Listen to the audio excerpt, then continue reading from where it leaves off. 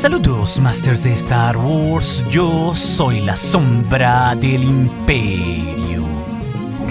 La sombra del Imperio. Las celebraciones del día de Star Wars Masters han sido una absoluta locura, teniendo el final del Bad Batch, también el tráiler de The Acolyte y desde luego regalándonos el formato de Tales of the Empire, trayéndonos de nuevo 6 cortos animados como hizo su temporada anterior, con historias totalmente originales de Dave Filoni que conectan con el presente, pasado y futuro de Star Wars. Es por eso, como siempre hacemos al final de cada serie de Star Wars, que revisaremos esas 21 preguntas sin respuestas que rondan por nuestra cabeza, que nos dejaron las historias de Tales of the Empire y claro, exploraremos sus posibles respuestas, Masters. En primer lugar, hay una pregunta crucial. ¿Barry sobrevive al final del formato de Tales of the Empire? Y hay que reconocer que hay un cierto elemento de circularidad narrativa en sus cortos, porque en el corto 2 ella se redime y salva al Jedi para después sanarlo, y ella justo se convierte en una sanadora años después para redimir a Lynn Rakish. El punto es que así como ella salvó al Jedi, parece que Lynn Rakish intenta hacer lo mismo al intentar sacarla de la cueva desesperadamente pese a que la vemos dar su último aliento. Así que con este hecho de redención de la cuarta parece que lo hace con la intención de salvarla. Claro, esto último con Barris es un final abierto y hasta sí podemos pensar que Offie sí murió, porque sobre todo al final hizo algo muy Jedi para devolver a Lynn Rakish a la luz. Pero yo personalmente no descartaría que Filoni por ahí traiga de vuelta a Barris, sobre todo en las historias live action para conectarla con Ahsoka. Así que esa puerta creo que siempre estará abierta, Masters. Yeah, you know, never say never. En el 2, ¿en qué año estamos en las historias de Barris? Ojo, es bastante claro que en el primer corto en la cárcel este se da durante la Orden 66 y los posteriores días al inicio del Imperio. El segundo corto probablemente se da en el primer año del Imperio durante la Purga Jedi. Y el tercero sí es un tiempo mucho más nebuloso, porque es bastante claro el paso del tiempo en la cara de Barris porque hasta tiene arrugas. Pero seguro es después de la serie de Kenobi porque ahí la cuarta era mala. Así que casi seguro, Masters, estamos aquí hacia las primeras 2 temporadas de Rebels, o sea entre 16 a 14 años después del episodio 3 de la saga y del final de Clone Wars. En el 3, ¿cómo envejeció tan rápido Barris? Ojo que hay que reconocer que en Legends ella nació en el año 40 antes de la batalla de Yavin, o sea casi tiene la misma edad de Anakin, que era el maestro de Ahsoka. Así que su especie también envejece diferente porque hasta pueden vivir las Midialan hasta 170 años, como también vimos a la Midialan Bernestra Rowe de más de 116 años en The Acolyte. Así que la Barris sanadora del final debe de andar por unos 35. Y es posible también que las tormentas de hielo, por ser un clima tan difícil, viviendo ahí una década, la hayan envejecido más rápido, al igual que por el uso de sus poderes de sanadora. Que este poder, Masters, implica dar algo de tu vida con tal de sanar a alguien, como es bastante claro en las historias de las secuelas con Kylo Ren y con Rey.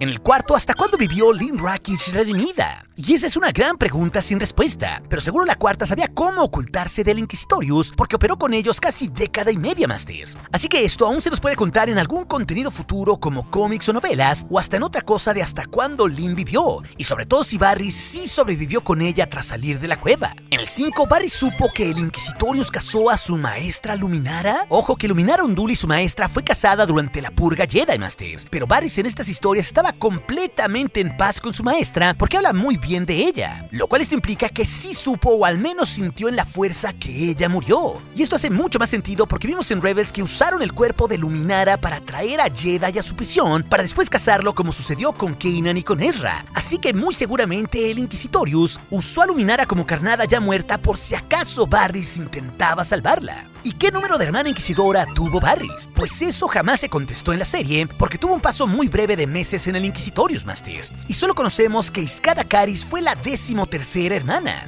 Y hay por lo menos 3 inquisidores sin número, al igual que Barris como inquisidor. Así que ella pudo haber sido la 11, la 12 o algún número random después del 14 como hermana. En el 7, ¿en qué planeta helado estaba Barris? ¿Y qué pasó con el Jedi de rastas que salvó? Pues eso sí es todo un misterio, porque mundos helados en Star Wars hay un centenar, pero seguramente este mundo estaba en los bordes exteriores para no ser detectada por el Imperio, en un mundo congelado que sí estaba habitado, porque justo vimos que la familia la localiza localmente. Pero con el Jedi de Rasta seguro lo puso con sus contactos en un lugar seguro. Y es más, es muy posible que Barris estuviera también ligada a la senda oculta que vimos en la serie de Kenobi o Jedi Survivor, o hasta que haya contactado a su vieja amiga Ahsoka para que este Jedi de Rastas estuviera seguro. Y esto nos lleva a preguntarnos si ella y Ahsoka hicieron las paces y si tenían conexiones más profundas con la senda oculta Jedi o con la rebelión que protegía a los sensitivos a la fuerza. Y ojo, no nos olvidemos que estas historias están hechas por Dave Filoni, que cada vez que puede nos mete a Ahsoka hasta en la sopa. ropa, cosa que claro también se agradece. Pero sabiendo que en Clone Wars ellas acabaron peleadas y que la Barriss ya redimida manda a los padres, su hijo sensitivo y sus padawans con una vieja amiga que sabemos que protegió a otros sensitivos y que también colaboró con la rebelión, como fue muy claro en Rebels con la propia Ahsoka, pues parece que justo este diálogo de Filoni se lo dedicó a Ahsoka Tano y que efectivamente ella terminaría protegiendo el legado de Barriss y a sus discípulos. Así que parece que ellas dos sí hicieron las paces, aunque también hay una pequeña posibilidad, Masters, de que Barriss los haya mandado con otra vieja conocida como fue a Zack Ventress, que ojo, la próxima serie animada tendrá que ver con ella, como hay varias declaraciones oficiales. Pero lo que es bastante claro es que había múltiple gente que protegía a los sensitivos y que estaban implicados con la senda oculta y también después con la rebelión. En el 9, ¿quiénes fueron los últimos inquisidores con vida? Y pues parece que rápido la purga se fue cargando a diversos inquisidores, como Ahsoka acabó con el 6º, o con Cal que se cargó a la 9ª, o también Vader a la 2ª, habiendo también varios inquisidores que se redimieron como la 3ª o la 4ª. Así que parece que en realidad los últimos hermanos del Inquisitorius que estaban con vida fueron justo los que vimos en Rebels hacia el final del Imperio con el Gran Inquisidor, la 5ª y la 7ª. Hasta bien puede ser ahí Marrock, que lo vimos en Ahsoka como un hechizo no muerto. Y el 6º y el Inquisidor que venció a Ahsoka, ese que está al lado de Barriss, ¿son la misma persona? Y esto lo digo, Masters, porque jamás las fuentes oficiales han aclarado que ese inquisidor enmascarado sea el 6º, porque hay que reconocer que el diseño del 6º hermano de los cómics de Vader es ligeramente distinto. No obstante, en Tales of the Jedi vimos el resumen de la novela de Ahsoka, donde sabemos que ahí ella se carga al 6º. En esencia, pues pasó lo mismo. Así que seguimos sin respuesta oficial de Filoni si ese inquisidor sin nombre es en realidad el 6º. Pero para mí al menos, Masters, sí lo es. Espero que también para el buen Filoni lo sea. Yo soy el canon. El 11, ¿cómo murió Marrock? Ojo que vimos cómo se ordenó como hermano con un número desconocido en el Inquisitorius el mismo día que nombraron a Barriss ante Vader. Pero el Marrock que vemos 28 años después en Ahsoka sirviendo con Morgan era un hechizo no muerto, implicando pues que había caído muerto antes. Idéntico pues como pasó con el Gran Inquisidor, que Vader lo hizo penar eternamente también como un no muerto, esto después de que se lo cargó Kanan. Así que seguiremos con la pregunta de cómo rayos murió Marrock y sobre todo cómo empezó a servir a Morgan Elsbeth, algo que incluso se podría tocar en la siguiente serie animada, donde en mi entrevista con Diana Lino Santo, parece que ella también implica que Morgan Elsbeth, al igual que Ventress, las dos estarán implicadas de alguna manera en la siguiente serie, esa pues que venga tras Tales y tras Bad Batch. En el 12, oigan, ¿las hermanas Martez volverán algún día a lo animado? Siguiente pregunta, Masters. En el 13, ¿en qué año estamos en cada historia de Morgan Elsbeth? Pues en su primer corto es muy claro que estamos hacia el final de Clone Wars con la masacre dathomiriana alrededor de un año antes de la Orden 66. En el corto 2 estamos entre las temporadas 1 y 2 de Rebels, antes de que Thrawn case a la célula del fantasma y se haga un gran almirante con su traje blanco, porque eso pasa previo a la temporada 3, o sea que estamos unos 5 o 4 años antes de la batalla de Yavin.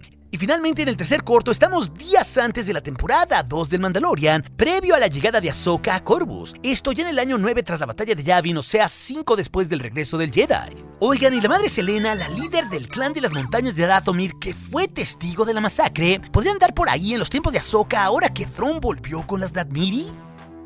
Y ojo que un personaje de ese calibre bien podría revelar la verdad de lo que pasó ahí en esa masacre, porque los Sith y los separatistas eran lo mismo. Y Thrawn claramente sabía de la masacre, como implica cuando se ve con Morgan. Así que ojo que esa alianza dathomiriana eventualmente se le puede caer al chis cuando se sepa la verdad, con algún viejo testigo como es la madre Selena o hasta con Ventress, si también esta dathomiriana llega a vivir hasta la época neorepublicana. Por eso también no es nada raro, Masters, que haya sido Filoni quien haya sugerido revivir a Ventress en Bad Batch para que bien pueda usarla después en las historias de la Nueva República.